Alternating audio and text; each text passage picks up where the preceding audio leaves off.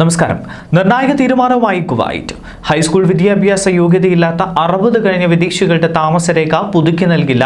High school വിദ്യാഭ്യാസ യോഗ്യതയില്ലാത്ത 60 വയസ്സിന് മുകളിൽ പ്രായമുള്ള വിദേശികളുടെ റെസിഡൻസി പെർമിറ്റ് താമസരേഖ പുതുക്കി നൽകേണ്ടതില്ല എന്ന തീരുമാനത്തിൽ മാറ്റം വരുത്തിയിട്ടില്ല എന്ന് public authority four man power വ്യക്തമാക്കി.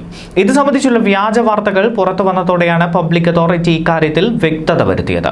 ഹൈസ്കൂൾ അടിസ്ഥാന വിദ്യാഭ്യാസ യോഗ്യതയില്ലാത്ത വിദേശികളുടെ താമസരേഖ ജനുവരി 1 മുതൽ പുതുക്കി നൽകില്ല എന്നും വ്യാജ വാർത്തകൾ പ്രചരിപ്പിക്കുന്നത് ഒഴിവാക്കണമെന്നും അധികൃതർ അറിയിച്ചു. അതേസമയം അഭ്യസ്തവിദ്യരായ സ്വദേശികൾ തൊഴിൽ തേടി വർഷങ്ങളോളം കാത്തിരിക്കേണ്ട അവസ്ഥയാണ് ഉള്ളത് എന്നും പ്രമുഖ പാർലമെന്റ് അംഗം അഹമ്മദ് അൽ ഫാദിൽ പറഞ്ഞു.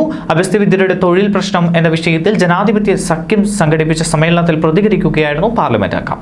നിലവിൽ 20,000-ഓളം സ്വദേശികളാണ് തൊഴിൽ തേടി സിവിൽ സർവീസ് കമ്മീഷനിൽ പേര് രജിസ്റ്റർ ചെയ്ത് കാത്തിരിക്കുന്നത്. സ്വദേശത്തും വിദേശത്തും ഉന്നത വിദ്യാഭ്യാസം പൂർത്തിയാക്കിയ നിരവധി സ്വദേശികളെ സർക്കാർ മേഖലയിലോ സ്വകാര്യ മേഖലയിലോ നിയമിക്കാൻ കഴിഞ്ഞിട്ടില്ല എന്നും അദ്ദേഹം ചൂണ്ടിക്കാട്ടുന്നു. സാങ്കേതിക മേഖലയിൽ എഞ്ചിനീയറിംഗ് ബിരുദധാരികളായ നിരവധി പേരാണ് തൊഴിൽ തേടുന്നത്. യുവാക്കൾ നേരിടുന്ന തൊഴിലില്ലായ്മ പ്രശ്നം പരിഹരിക്കാതെ നീണ്ടുപോകുന്നത് 2022ഓടെ ഏറെ ഗുരുതരമാകുമെന്നും വിദഗ്ധ റിപ്പോർട്ടുകൾ വെളിപ്പെടുത്തുന്നു. കൂടാതെ രാജ്യത്ത് നടപ്പിലാക്കിക്കൊണ്ടിരിക്കുന്ന സ്വദേശീയവൽക്കരണം കൂടുതൽ ശക്തമാക്കി പൊതുമേഖലയിൽ പൂർണ്ണമാക്കുക, സ്വകാര്യ മേഖലയിൽ കൂടി ഘട്ടം ഘട്ടമായി നടപ്പിലാക്കുക എന്നതുമാണ് പാർലമെന്റ് അംഗങ്ങളുടെ ഉറച്ച നിലപാട്.